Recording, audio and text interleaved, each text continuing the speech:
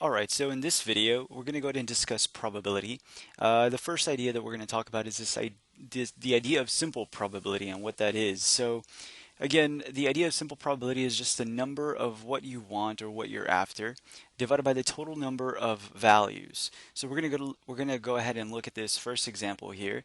So given the set of numbers, and so here they give us a list of numbers, they want to know what is the probability of choosing a 3 from the list above. Well, if we look at the formula, it's the number of things that we want. So the probability, we need to first figure out, well, what do we want? We're after a 3, so how many 3's do we have? So the number of 3's that we have are 1, we have another one there, and it looks like we have a third one sitting right there. So what we want are to choose a 3. We want to select a 3, and we have 3 of them to choose from, so we have 3 over the total number of values. The total number of values. Well, how many values do we have sitting in our list here? Well, we have one here, we have another one there, so that's 2, 3, 4, 5, 6, 7, 8, 9, 10, 11, 12, 13, and 14.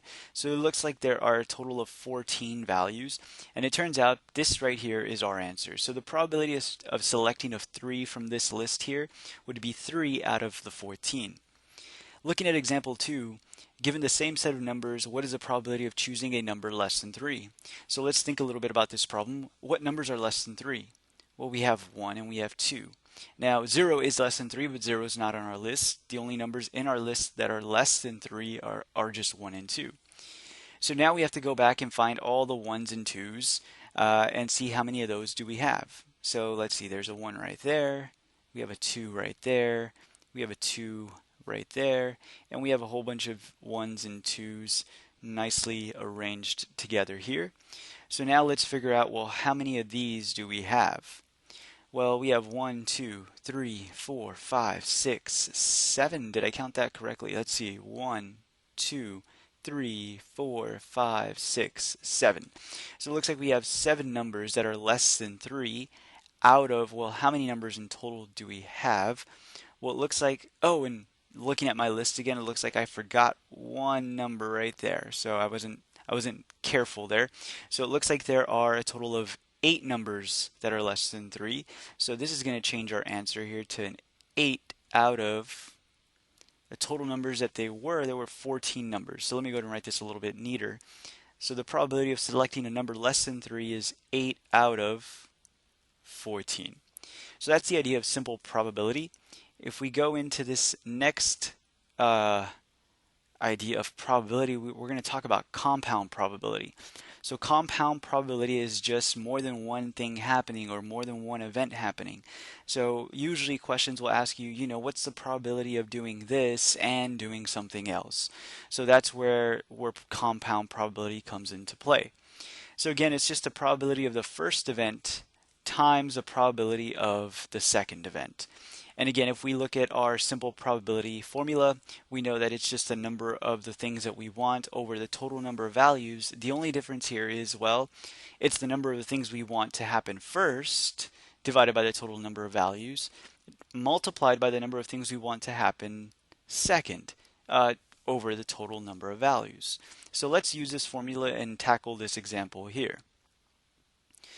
So this question says, well, what is the probability of spinning an A and tossing the coin and getting a tails? Well, if we look at our spinner and our coin to the right here, I want to know, well, what is the probability? What do we want first? Well, we want to spin an A. So what is the probability of getting an A? Well, we have 2 A's out of how many slots or how many total values or total letters here? Well, there's a total of 4, right? So we have 2 out of 4 or half. And then we're going to multiply that by what we want second. Well, we want to flip a coin and get tails. Well, how many sides are there to a coin? Well, there are 2 sides, so there are 2 in total. And how many tails are on a coin? Well, if we're talking about a fair coin, there's only one side of tails, right? So now we can just multiply this straight across. So 2 times 1 gives us a 2 in the numerator. 4 times 2 gives us an 8 in the denominator. And again, if we reduce this, reducing this fraction gives us a 1 over 4 by dividing the numerator and denominator by 2. All right, the second question here in this example, well, what is the probability of spinning a bee and tossing a coin and getting a heads? Well, this is very similar. In fact, I encourage you to stop the video at this point, see if you can answer this question, and then compare your answer to what I'm about to get here. So again, the probability of spinning a bee, well, how many bees do we have? Well, there's just one out of, well, how many slots do we have in our spinner? Well, it turns out 4. And then we're going to multiply that by, again, how many heads are on a fair coin? Well, there's only one, and there's only 2 sides to a coin, so it's 1 out of 2. And again, if we multiply these two numbers, we get 1 out of 8. Alright, so the last concept in this video section or video series is this idea of replacement, or with replacement and without replacement. So let's assume that we have this bag here filled with marbles. So we have some green marbles, we have some blue ones, and we have some orange ones all in this bag here. And I want to know, well, what is the probability of reaching into this bag without looking and getting a green marble and a blue marble? So the first thing you must realize is that we're talking about compound probability because we are selecting more than one thing here. So the idea of with replacement, I'll discuss that as we go along. So let's just answer the question here. So the probability of getting a green, that's what we want first. So we look at our bag and we see, well, how many green marbles do we have?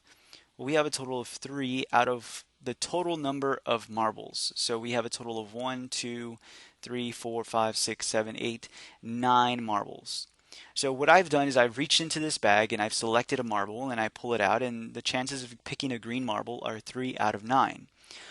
But now I need to select a blue marble. So this idea of with replacement means that I put the marble that I selected back into the bag. So I'm now putting my marble back in, and now I want to know, well, what's the probability of picking a blue? Well, there are 4 blue marbles. Now, how many marbles are in the bag? Well, when I picked a marble out of the bag, there were 8 marbles, but I'm putting it back. That's the idea of with replacement. So when I put it back, there are still 9 marbles left. And of course, if I multiply this here, I get 12 over 9 times 9 is 81, and I can reduce this by dividing, looks like I can divide both sides by, or I'm sorry, not both sides, but the numerator and denominator by 3, and that would leave me with 4 over 27. Now we're going to answer the same question, but now we're going to look at this idea of without replacement. So again, what's the idea of selecting a green marble? Well, we already know that. If I reach into the bag and I have 3 chances out of the total number of marbles, which is 9. Now I got to multiply that by the probability of selecting a blue marble. But here's the idea of without replacement. I've reached into the bag, I've picked out a marble, and the chances of getting a green marble are 3 out of 9. Now I'm going to reach into the bag again and pick out a blue marble. Well, there are 4 blue marbles, but now the question is, well, how many marbles are actually left? Well, if I've reached in the first time and I picked out a marble and I don't put it back, there were 9 the first time. When I take one out, there's 8 now, and I didn't put the marble back that I selected, so it turns out that there are 8 left. And if you multiply this, in fact, 4 out of 8, if you think about this, you can actually reduce this to 1 over 2. 4 over 8 is just the same thing as 1/2. This might make our multiplication a little easier. So what is 3 times 1? Well, that's just 3. 9 times 2 is just 18, and we can actually reduce this. If you divide the top by 3, you get a 1. 18 divided by 3 gives us a 6. So the probability here is 1/6. But the big idea is recognizing with replacement versus without replacement. With replacement, you're selecting something and putting it back in the bag and doing it again. Without replacement, you are selecting something from the bag, you're not putting it back in the bag, therefore changing the total number of values that you will have in your bag. So notice here we had 9, and then we went down by 1 when we selected our first marble to 8.